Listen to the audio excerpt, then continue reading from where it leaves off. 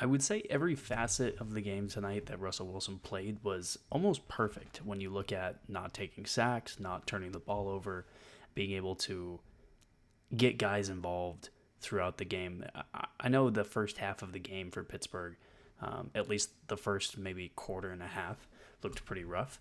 But every single moment where Russell Wilson needed to step up and the Pittsburgh Steelers as an offense needed to step up, they did it.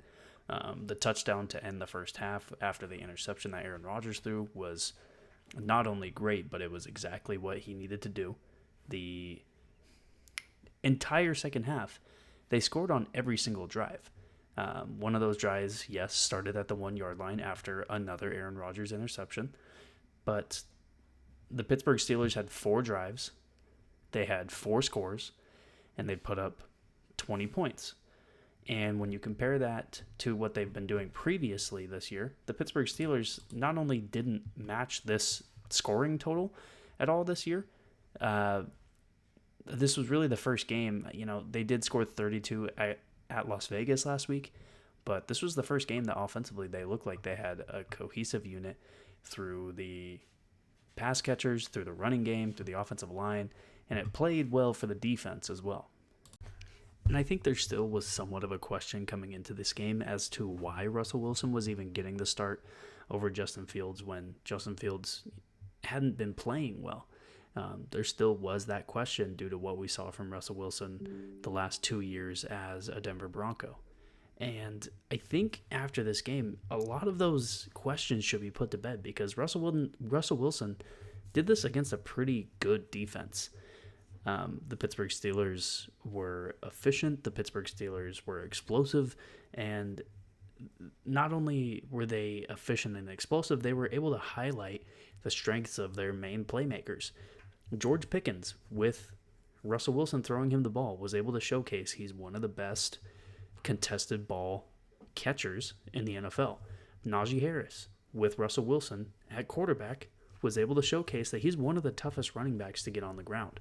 And this entire game, Najee Harris was almost impossible getting to the ground. And even guys like Darnell Washington, the defense, guys like Peyton Wilson, guys like Deshaun Elliott, and guys like Beanie Bishop, who had 2 interceptions tonight, we saw a complete game from Pittsburgh, I think, for the first time in a long time.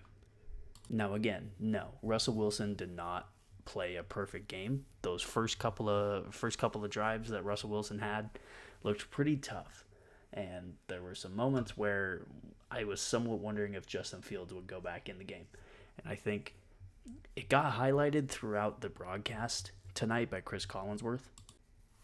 The fact that if Mike Tomlin was going to make the move back to Justin Fields, that was the move. And there was not going to be a going back and forth between Russell Wilson and Justin Fields throughout any part of the rest of the season.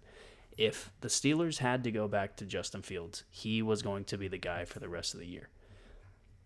And Russell Wilson just proved tonight why he doesn't need to do that. I think Pittsburgh at this point has a chance to be one of these teams where we're going to be looking at them at the end of the year, and teams are not going to want to play Pittsburgh. And they have a chance through this last half of the year. They have a couple of games against NFC East opponents with the Giants and with the Commanders. But then they start a pretty tough stretch where they pretty much face only their division. They have 4 straight games against divisional opponents, with 2 of them being on the road.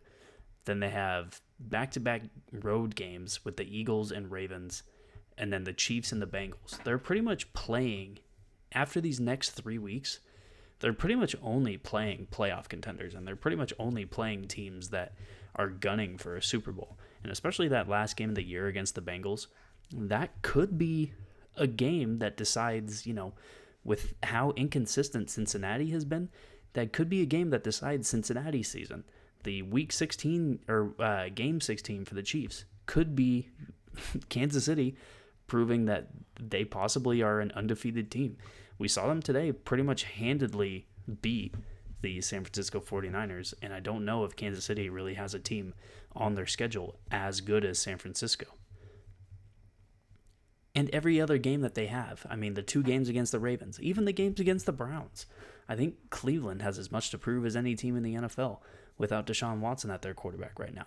So Pittsburgh, there isn't anything I think that you can point at and say it's a major deficiency. And if Russell Wilson plays exactly how he did tonight for the rest of the season, there's no team really that can match what they can do defensively just off of what TJ Watt brings. And he had a quiet game tonight, but Pittsburgh still defensively shut down Aaron Rodgers. And Aaron Rodgers looked not very good tonight. And this was another game where Aaron Rodgers did not look very good.